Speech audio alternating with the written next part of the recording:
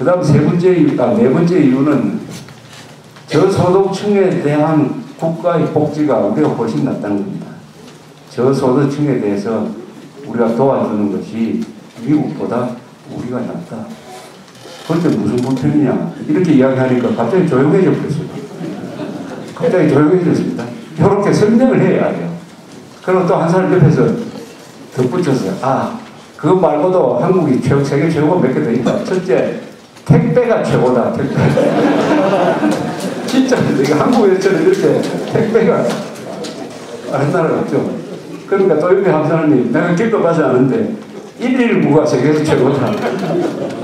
이것도 진짜죠. 119처럼 이렇게 아니 자기 집에 뭐 문 안 잠간다고 해가지고 전화를 해가지고 하면 또 가서 문 잠가주지 않습니까? 이렇게 보면은 삶어진 15등 아까 한국 경제력 종합적으로 말하면은 세계 5대 공업국입니다. 한국 세계 5대 공업국이에요. 공업국이라는 것은 뭡니까? 공장이 많다는 뜻이죠. 제조업이 있어야 됩니다. 이 제조업이 중요합니다. 요새 서비스업 중요하다고 자꾸 이야기를 하는데 서비스업 가지고 만들어내는 일자리와 공장 하나가 만들어내는 일자리와 비교할 수가 있습니까? 제조업이 무너지면 안 됩니다. 지금 세계가 과잉 복지 때문에 흔들흔들 하는데 그 흔들리는 나라와 흔들리지 않는 나라를 딱 구분 짓는 게 있어요. 흔들리는 나라들 한번 보세요. 아일란드, 이탈리아, 포르투갈, 그리스, 이탈리아, 스페인 이런 나라죠. 이런 나라 가만 보면 관광이 발달한 나라예요. 이탈리아, 세계에서 관광 수입이 제일 많은 나라. 세계에서 관광객이 많이 와서 관광 수입이 제일 많은 나라가 어디입니까? 스페인이죠. 스페인 1등. 그 다음에 프랑스, 중국, 이탈리아 이렇게 되는 거죠. 관광 많아요. 그런데 제조업이 별로예요. 메이드 인 스페인 문구가 써보신 적 있습니까? 별로예요. 그 농산물, 관광산업. 이탈리아도 관광 발전했어요. 이탈리아제로서 피아트 자동차 정도지 산업이 약해요. 그리스 해운업이 발달했습니다. 산업이 약해요. 포르투갈 마찬가지예요. 이 산업이 약한, 제조업이 약하면은 첫째 일자리를 만들어내는데 한계가 있다. 이렇게 되죠. 그리고 무역 흑자를 만들 수가 없다. 그런데 끝도 없이 버티는 나라는 또 어떤 나라냐? 스위스. 그 작지만은 그 사람들 만들어내는 제품이 대단합니다. 시계뿐만이 아니에요. 정밀 무슨 약품, 화학품, 무기, 그 다음에 네덜란드, 그 다음에 독일, 스칸디나비아 이런 나라, 중국 뭐 이런 나라, 영국 같은 나라, 영국은 좀 다른다만 일본 같은 나라 다 제조업이 강한 나라입니다. 이 제조업이 강해야 돼요.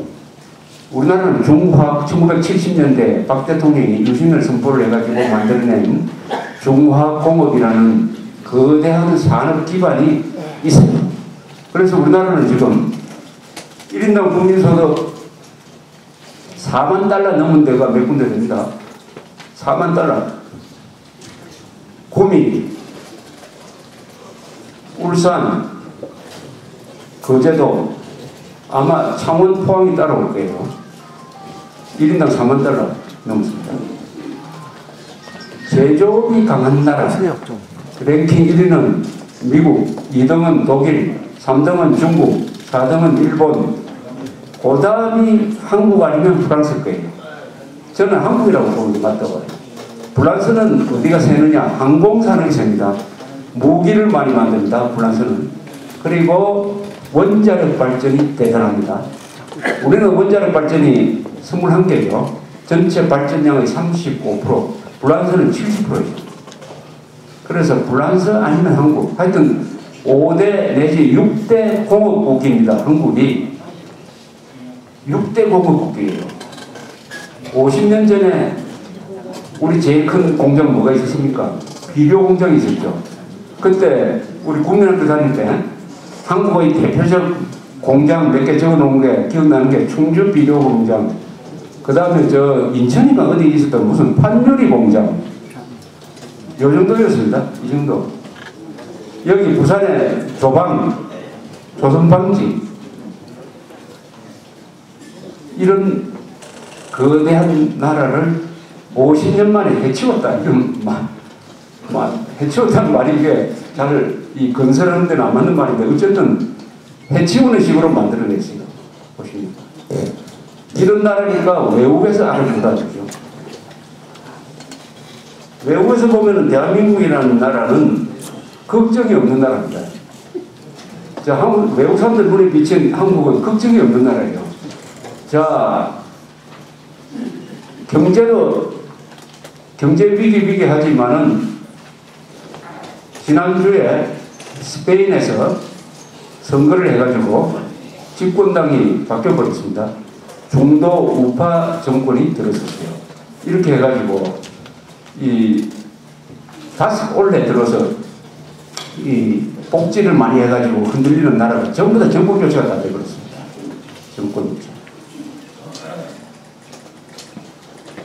이 스페인이 우리하고 좀 라이벌이었어요. 이 국민소득 랭킹을 내면은 우리하고 스페인이 앞서거니 뒤서거니 해가지고 왔다 갔다 했습니다. 세계에서 한 12등, 13등짜리인데 스페인은 인구가 우리보다 한 500만이 적어요. 아마 4,000한 3,400만 명 될 겁니다. 제가 스페인을 여행을 하고 있는데 스페인은 이게 걱정이 없는 나라 같아요. 왜 걱정이 없느냐? 거기 뭐 북한이 있는 것도 아니고 그 안에서 분리 독립하겠다고 하는 사람들이 그 바스크족인가 있는데 이 사람들이 최근에 무장투쟁을 포기를 했습니다. 그리고 왕이 굉장히 인기가 있어요. 칼로스 왕이라는 사람인데 이 사람의 지지율이 항상 70% 넘어요. 그리고 왕이 인기가 있으니까 그 나라가 정치력으로 좀 흔들리더라도 나라가 넘어갈 걱정은 없습니다. 아주 안정되어 있어요. 관광 수입 많죠. 농산물, 특히 올리브, 귤, 아주 걱정이 없는데 요새 우리한테 처지기 시작했습니다. 복지를 너무 많이 하다가 보니까 재정이 흔들려가지고 일자리를 못 만들고 하다가 실업률이 20%가 됐어요. 실업률 20%.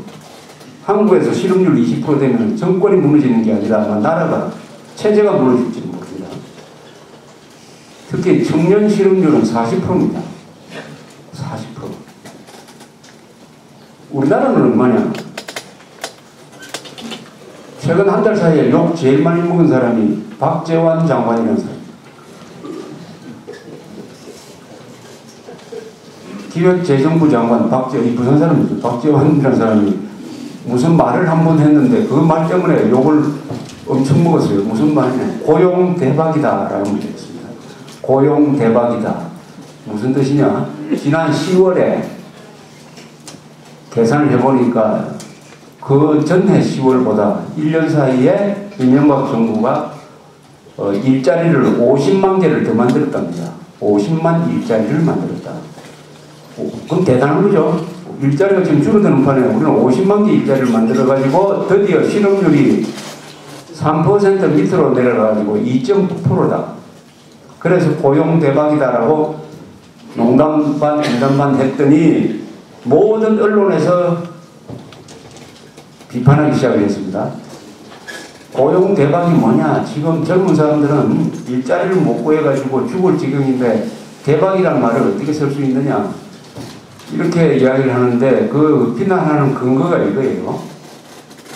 일자리가 50세 이상 일자리는 많이 늘었다. 그러나 20대하고 30대는 한 6% 정도 줄었다. 그러니까 비판을 하는 거예요.